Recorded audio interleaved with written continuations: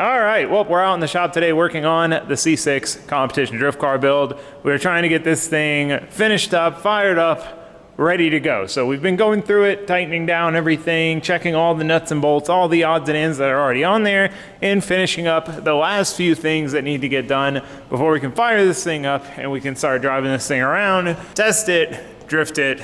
You know how it goes. So we're real close. We're real close. We're just gonna keep hammering down on some of these odds and ends. So the first thing I want to tackle today, one of the last big projects, big in the scheme of what we have left to do on this thing, I want to finish out the exhaust. We've got it done most of the way back. You can see it up there. We've got it mounted. We're most of the way there, but we still need to get it back to somewhere at least behind the axle, probably somewhere right around here. We want to keep it as short as possible, so if we stuff the back of this thing in, we're not sending shock waves all the way up through and tearing up stuff further upstream, but we need to get it back far enough to where we're not heat soaking these things back here. So we've got the axles in, we got our axles installed, these beefy units, we got our diff squared up, we got that all sorted out, everything is in place, tightened down as it should be, as it will be. So now we just need to start building our exhaust, get it from A to B. So I'm pretty excited about this. The first 3/4 of the exhaust came out great, really happy with that. So now we just need to carry it through the finish line, get it done, move on to the next thing. So let's lift this thing up, get to work.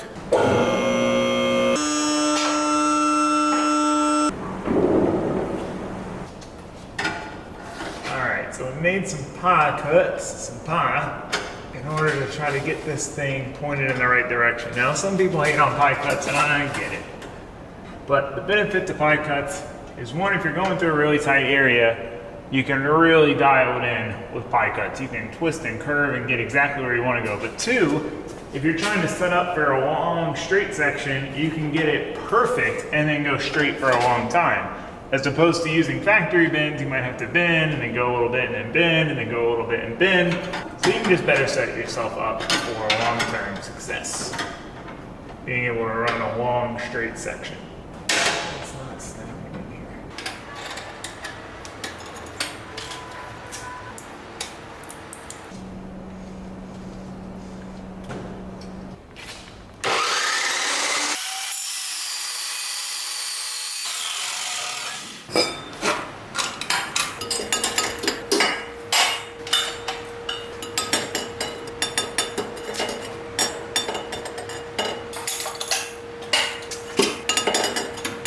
All right, well, I'm starting from scratch with the pie cut. Sometimes when you're taping them up and you get committed to the first couple angles, you'll fight that last one to try to get it where you want it to go, and you really need to start from scratch. But we're gonna pivot. I'm gonna take a break from this because my swirl pot came in, and I'd really like to get this welded up so when Josue's back, he can start making the lines. So let's do some aluminum welding. Something fun, something simple.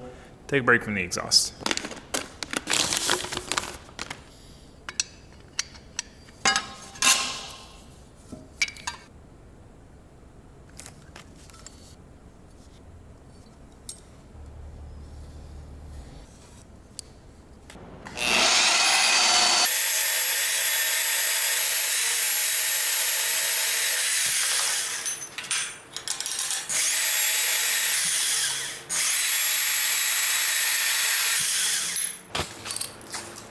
So now that we had all of our parts and pieces cut, it was time to tack and weld everything together. I underestimated how thin this tubing was on my first tack and blew a hole right in it, which I don't normally do, but it is pretty thick to thin. These bungs have a lot of mass to them, and this tubing is really thin. So not a problem once we accounted for it, once we knew how thin it was and where we needed to really direct the heat. It was a piece of cake, no problem. Pretty simple job to just cut these tubes off, weld these AN bungs on. So I got my little brackets roughed out, but I need to figure out how I want to orient this thing in the car before I weld the bracket on, because however the bracket is welded on is what direction this thing's going to go when we mount it to the firewall. So debated a few times. It's tough. It really comes down to how do we want to do the line routing. You know, do we want want to have a longer, more convoluted route, but then another line's at a better angle. It's all compromises, like it is with anything building this kind of car. So we figure out how we want it, we get it marked,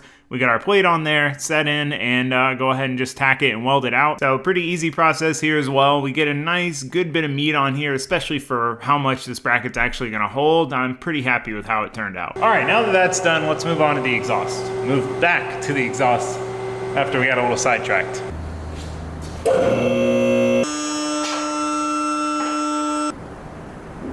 So as I mentioned before, with pie cuts, sometimes you can kind of chase your tail. Once you get the first two set and you start working on the third and the fourth one, sometimes those first two aren't at the right angle and you're trying to compensate for that with the last two. And that's the tricky thing about working with pie cuts, is you really need to work with all of them at the same time and be able to rotate each one individually to really see all your options and see where you want to get things and get everything dialed in. So we're tinkering with this with the pie cuts again. We're taping them up. We're eyeballing, taping, checking, eyeballing, taping, checking. But this is a really, really tight gap that this has to go through, so it's not quite panning out.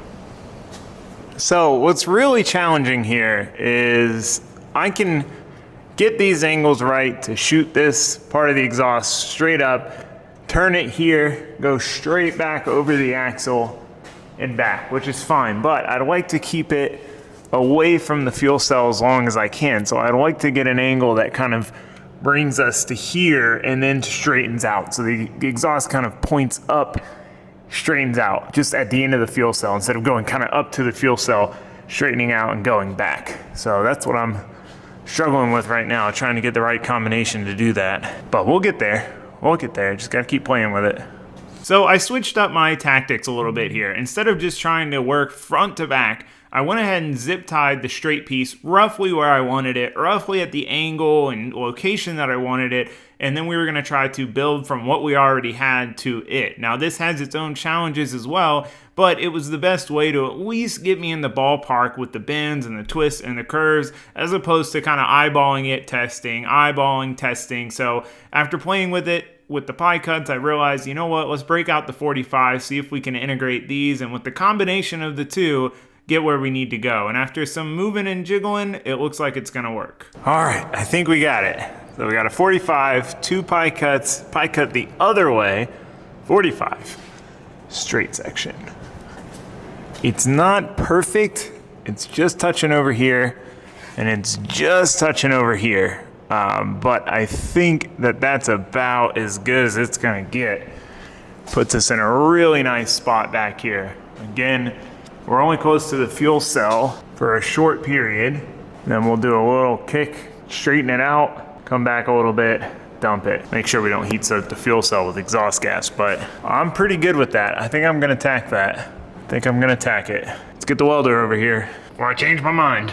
So I started tacking this thing up. It is really important with stuff like this to tack it in the car. If you see how tight the gaps are in all these different places, you know, an 1/8 inch of movement could equate to this thing not fitting at all anymore. So it's a little more difficult. It's a little bit tricky to tack things in the car, but I always like to do it if at all possible. Now that we're working on the lift again, makes it pretty easy. Now the thing with tacking in the car is you're really only tacking one side of it. You're tacking the bottom side. So I tried to get as many tacks as I could before I take it out. Take it out as carefully as possible. It's always nerve-wracking because you're hoping you don't bump it and smash it and move things around, but you also have never taken it out as it is because you just tacked it together for the first time in the car. So once we get it over to the bench, I go ahead and tack up the top side just so we've got good thorough tacks all the way around. It doesn't want to pull one direction or the other. We want this thing to be tight and right before we start putting heat to it and welding it out. So with all that done, it's time to weld it. So normally I weld the V-bands last. I weld everything else and then I weld the V-bands. V-bands are tricky, and it's really important to keep them cool and not warp them. If you warp them, they're not going to seal. So I always clamp the other side of the V-band to try to keep it cool, and then weld the other side so it acts as a big heat sink. Chrissy pops in and scares me. It happens every time I'm welding and somebody comes in. But we get back to it and just continue welding this thing out. Now, luckily, it was welding really nice, and different exhaust, some of them, you know, you have this really crazy shape, and it is really hard to get to half of the welds, but this thing worked out really well to where all of the welds were pretty easy to get to, and we could go a pretty long way before we had to reposition, which saves you a lot of time. So I always try to go as far as I can. Now, it would be better aesthetically to stop shorter and make sure I'm in a good position for each inch of that weld, but for me, building something like this, you know, I'm just trying to get it done, hammer it out, and make it look nice. So we're going as far as we can. Luckily, I think we get the whole thing welded in like 3 repositions, which is pretty impressive for a big 4-inch section of exhaust. So I'm pretty happy with it. Again, welded out nice. Was a pretty fun, satisfying one to weld. I gotta be honest. All right, here's the end result. Pretty happy with that overall. Welded out really nice. This material welds really well. It is a little on the thick side, but it's a nice high quality material. It's a little heavy, but it should be very, very durable, and it welds. It's really, really nice, enjoyable to weld. Maybe one day if we're feeling froggy, we'll replace the exhaust, rebuild it with titanium to shave some weight, but I don't know that we'll ever need to do that. But now the big question is, does it still fit, and how does it fit? So let's get this thing tossed back up in there so we can see and start working on the last bit here.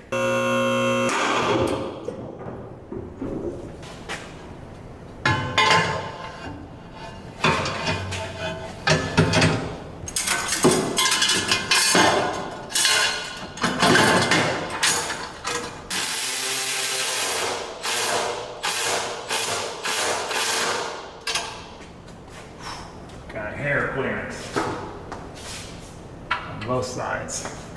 Ties loose. Sweet.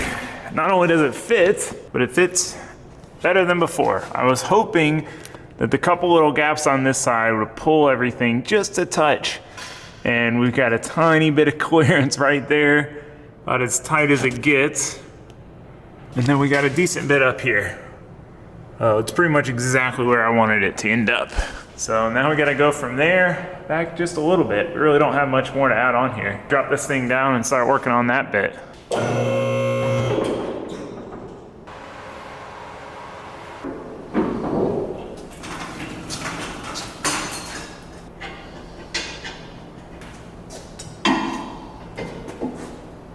Before we cut it though, we need to figure out how much length we need for our turn down. 2 more. That's too much. Well, I'd say that's too much. Let's see what 1 wants. I like that. I think that's about right. Oh, 4.5. So this last little bit is pretty easy, pretty straightforward, about as easy as it gets working with pie cuts and fitting things up. We need to cut our straight section to length. We've got the angle where we want it, so now we go ahead and tape the pie cut to the straight and the straight to the pie cuts that we already had taped up. So we only got to tape 2 things together. We got them mocked up, we got them taped where we want them, pulled everything out, tacked it together, and we're gonna weld this section out before we weld it to the rest of the exhaust. So instead of having to twist and turn and position the whole, 4-foot long section of exhaust, we can just twist and turn this, which makes it a piece of cake, easier to weld, easier to position, easier to deal with, and then we'll just final weld this to the exhaust, because all of this fitting up is good. We know where that is. The real critical point, the real critical juncture is where this mates up to the rest of the exhaust. So we get it all welded out. Came out pretty nice and clean and pretty average, exactly what you want. You can see the benefits of back purging. Looks like nothing happened on the inside. Whereas if I hadn't done this, you would see a bunch of stalagmites on the inside. So you can see just from that tack right there. Imagine that bigger and all the way around. Definitely took me a minute to get on the back purge train, but now that I'm on it, ain't no getting off. Can't bring myself to weld anything stainless without back purging. Once this cools down, test it back in, mark it, pull it out, weld it, put it back in. Then we'll be done with the exhaust, and we'll just need to make a mount for the back section. Enough jibber jabber, back to waiting. For me, back to work for you. Because you'll see the work next. Yeah, okay. So we've got our back piece marked with the rest of the exhaust, so we know where we want to tack it on out of the car. So we go ahead and pull what we have done already out, get it clamped to the table, get the back piece taped to it just to hold it in place while we tack it, get a few tacks on it so that way we can lay it flat on the bench and weld around it much more easily than trying to do it standing up with it sitting upright. Just makes it a lot easier. So get it clamped in, and this is what I was talking about earlier. If we had to do all of these welds with the rest of this exhaust, it just gets a lot trickier to clamp it and hold it and keep the argon back bridge line from popping out. It can be a bit of a nuisance. So with that back piece welded on, now it's time to see if it all goes in, right? Because we didn't tack this in the car, so we pulled it out without that end piece. Now we're putting it in with the end piece. And then we also need to get this exactly where we want it, because next is building the mount. All right, well, aside from adding a mount on the end, we have a finished exhaust. Pretty freaking pumped on that. That went together really quickly. I'll give you a look at it from front to back. It's always super satisfying when it's on the lift. So out of the turbo, over the rack, next to the engine, around the engine mount, V-band down through this little tiny, well, not tiny gap, but tiny with 4-inch. Got very little room on both sides. Straightens up by the trans. Slip joint tucks up tight to the trans and drive shaft, but with room. Mount, pie cuts, things. A little bit of clearance there, a little bit of clearance on the fuel tank mount, and out the back. Man, I love fab work. I love it so much. It's so rewarding. So yeah, I'm gonna drop this thing down. We're gonna start working on the mount, which should take us, 30 minutes, an hour. We just gotta bend a piece of stainless, get it bolted in, put a rib knot, weld it to the exhaust. Easy peasy.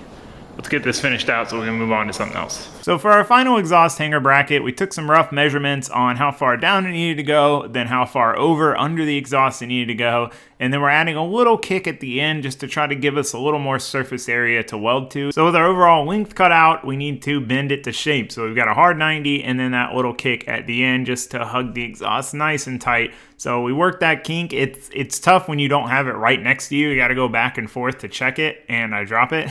But we got it roughly where we needed it. We checked it. It's all good. So now we need to drill our mounting hole, get it cleaned up. Then we have to pull the exhaust back out after we've marked our hole to then drill our hole to add our rib nut to put everything back together to then tack the bracket to the exhaust. So, oh, fab stuff, man. It's a lot of in and out and back and forth. So we get our rib nut in, we've got our mounting hole, now we need to lift it back up. Put the back half of the exhaust back in, get it exactly where we want it, because it's going to be even more fixed once we put this bracket on, because the clamp with the V-band, we have some adjustment. So we need to make sure we are 100% confident in its location before we tack it. So we're happy with it.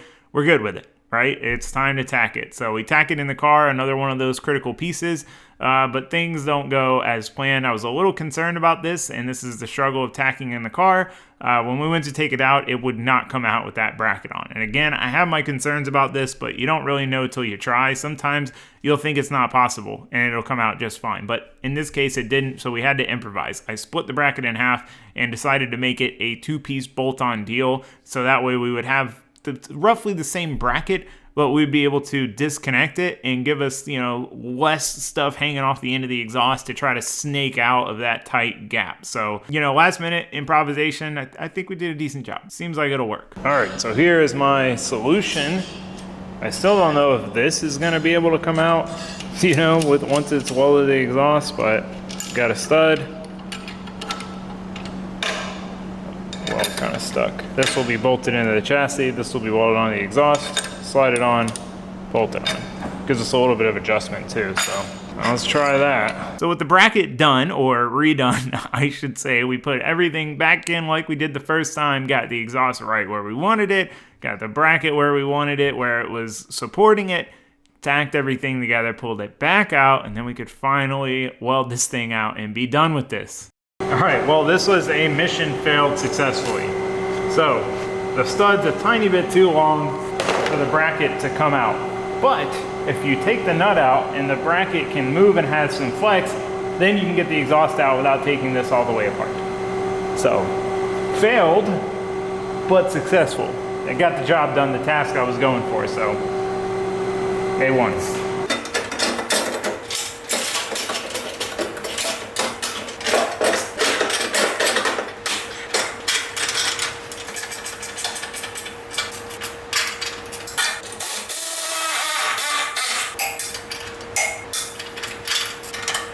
well, that's it. Exhaust is officialized. Pretty pumped on that. That whole mission failed successfully thing. It honestly works out better like that because you don't have to keep track of two pieces. It just allows you to kind of flop this one over and snake it out. Some people might say, oh, why did you solid mount it? It's gonna crack, yada, yada. Well, here's the thing. I would agree on a street car.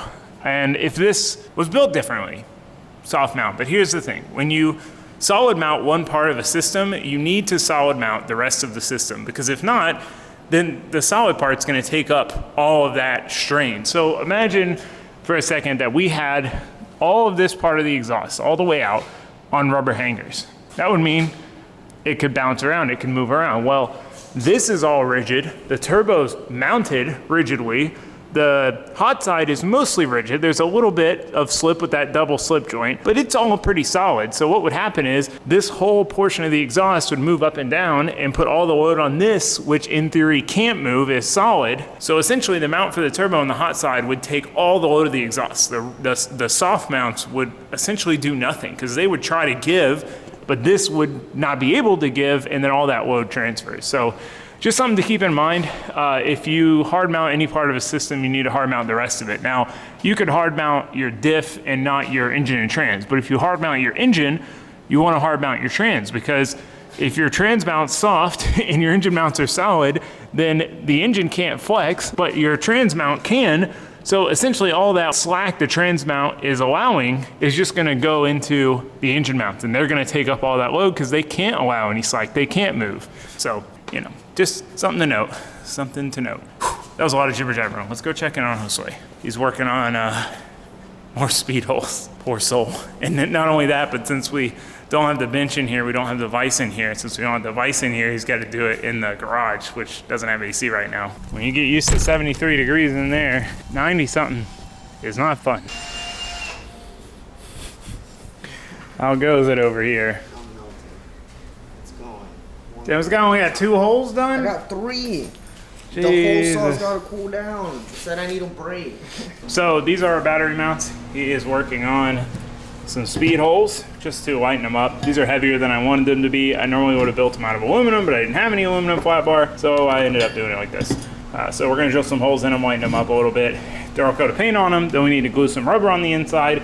Then we can permanently affix our batteries. We're at that stage, talked about it a few times, but we're kind of permanently affixing everything now. So I'm gonna get back to the air conditioned shop, let Josue get back to drilling, and I'm gonna get back to work myself. So all jokes aside, I didn't want Josue to have to work away in the heat, especially not drilling a bunch of holes if he didn't have to. So I went in the container, I dug out this mount that I've had for a while. So this is a vise mount for my weld table. Now, I haven't set it up yet because I didn't really have room for it, but now we should have room for it for now and soon. So I wanted to go ahead and get it fitted up. We can bring the vise in here, and then we can do projects like that in here and not in the heat. So pretty simple process. It's a tab and slot setup, so it goes together kind of like a puzzle piece, and you just weld out the little slots. I mean, about as easy as it gets. Like if you can remotely MIG weld, you can throw one of these together. So once it's there, we just tighten it to the table, tighten the vise to it, and now Josue has a vise to work on. So one little project I wanted to tackle in the meantime before we dove into anything too big was getting our intercooler pipe back on. So we have the intake fully affixed now. It's done, it's not coming back off, so now we can finalize this pipe and finalize the intercooler position. We got a little play in the mounts, so we want to get all the flanges lined up, get all that tightened down, and then finalize the mounting hardware. All right, I got my intake pipe fully back on, fully aligned, everything fits really good. Really happy with that. We did get the swirl pot finished up, so it is installed, it's mounted, it's got lines, real satisfying. Nice short lines, that routing worked out really well. We decided to tuck this one inside the down bar, just kind of to match this one. And then also we're trying to minimize stuff being past the frame and body here because the tire is right here. So trying to keep stuff out of the danger zone, but that looks really good. I'm real pleased on how that turned out. Now he's working on some templates for the rear firewall. So that's the last thing we need to seal this up is some carbon fiber templates to cover up these giant holes that we had to cut to get it in and out. Once that's done, we can rivet those in, panel bond them on, firewall will be sealed. So that's what he's working on. Put your time into the template and you won't have to put anywhere near as much time into whatever the finished piece is. So that's what he's doing now. We got the holes drilled in our first battery mount. We bailed on these last 4 holes because it was just taking way too long. So I'm gonna go ahead and put some rubber on the inside of this, get it mounted back in the car with the battery, because what I wanna work on next is, after this, which I have to do this first so we have power, I wanna get our bass tune loaded into the Holly. So Matt Happel sent me a bass tune. We have nothing in there right now. It has no, it's an empty shell of nothingness in the software. So we need to get a bass tune loaded in that's, you know, essentially configured for this, so we can start configuring all our inputs from our sensors, all our outputs to our things, and get all that set up and squared away, so that once we get these oil lines crimped, we're ready to fire it up. So that being said, I'm gonna quit jibber jabbering. I'm gonna get back to it. Let's get this thing finished up, reinstalled. So I went ahead and started super gluing the rubber into the mount just to roughly hold it in place so it's not falling out every time we're trying to take this thing in and out. And the rubber's just there to protect the battery so it doesn't chafe against the metal housing and eventually wear through the plastic of the battery. So with that done, Josue here also finished up his cardboard templates for the carbon fiber pieces that we need to cover up these holes in the firewall. So he was getting those cut out and fit to shape. Now that my super glue was dry, I wanted to go ahead and put the battery back in as I was planning. However, one thing I wanted to knock out first was shortening up these battery cables. I made them a little bit too long in the first place. I always err on the side of too long with wires, with hoses, with everything, and these were indeed too long. So we shortened them up some just so they'd fit a little better, and then went to toss the battery back in with the new and improved speed hold and rubber lined bracket assembly.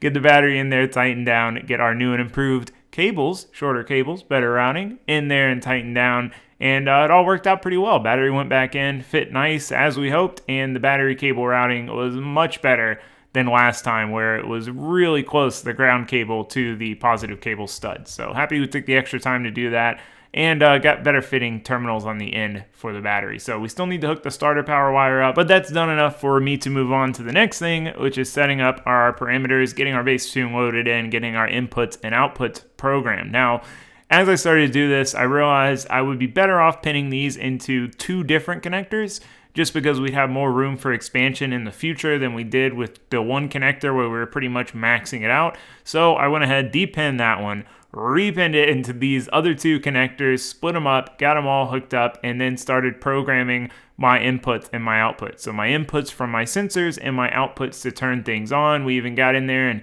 configured all the little wizardry to make certain things come on only at certain times under all these given parameters. It's pretty satisfying to do this kind of stuff. I enjoy it. All right, I've just been going and testing parameters, making sure all of our sensors work, since we've got, you know, this Rife sensor block and that Rife sensor block. I mean, we have 8 sensors between the 2 of those that are all aftermarket, not default sensors. So going through and making sure all that was set up correctly took a little time, but all that's reading well. Now that may seem like a simple victory, but it's a small but big victory. Like, you can spend so much time tinkering with this stuff. Same with the outputs. I got everything set up. All that seems to be working. I'm happy. Might tinker with it a little more, but Josue got the plates pretty much finished up, so he's got them riveted in now. He even matched the grain, the weave, which is pretty nifty. But he did a really good job getting these things trimmed up nice. So we're gonna panel bond them from the inside, and then the firewall will be fully sealed up, which will be pretty exciting. So while he's working on that, I'm gonna move on to some not tinkering on my laptop things finally. I have these 4-inch blower fans. I really probably should have gone with 3-inch, but there's a big difference in how much flow you get from a 4. But the idea is we're gonna put these down in here. I've got this big 4-inch hose that's gonna go to the fender vent on both sides and up to ideally by the header. The idea for these is they're gonna draw air through the hood vents that we've yet to install and out the fender vents. We're also gonna have intercooler fans. So I'm gonna throw some connectors on these, try them out first off, just see how they rip, and then we'll see about mounting them and fitting them, and you know the deal.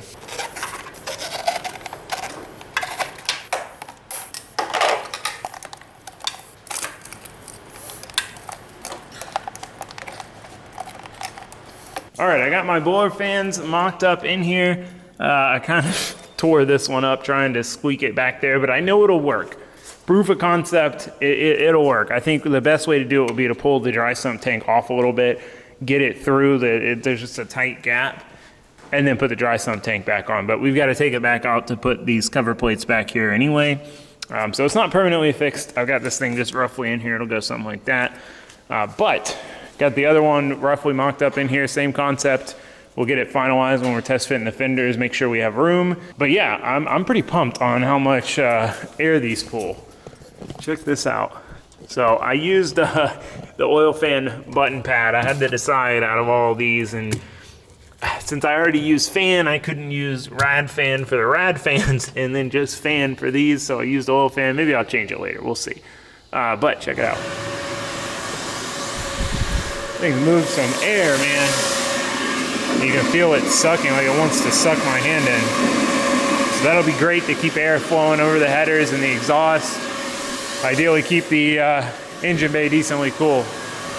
That one doesn't work that great because it's all smushed. But yeah, I'm pretty pumped on that. Those things move some air. That's solid. So we just got to get the ducting just right, get them mounted up, make sure they're kind of pointing, exiting the fenders, and the more airflow we can get, the better. So also, Josue got the cover plates finished up, got them all panel bonded in. Really happy with how those turned out. Nice, tight fit. Obviously, cover plate's always going to be noticeable, but going with carbon, the black rivets, the panel bond, they blend in better than I could have hoped, honestly. And just having the whole firewall situation done, that thing is fully sealed up, cover plates on, panel bonded, mounted, that's a big thing to have out of the way. It's just kind of been hanging over our heads for a long time, knowing that it had to come back out and get trimmed and all that stuff. So we finally have a sealed rear firewall. So that being said, I've been bouncing around, I've been dragging this on. We got a lot of stuff going on, trying to find a car for Chrissy, and we, in a day or two, got to get ready to tear the shop down, and things are just all over the place. So I'm just going to go ahead and end it here. But that being said, I hope to see you guys next time. But for now, that's a wrap. So thanks for watching. Thanks for subscribing. Goodbye.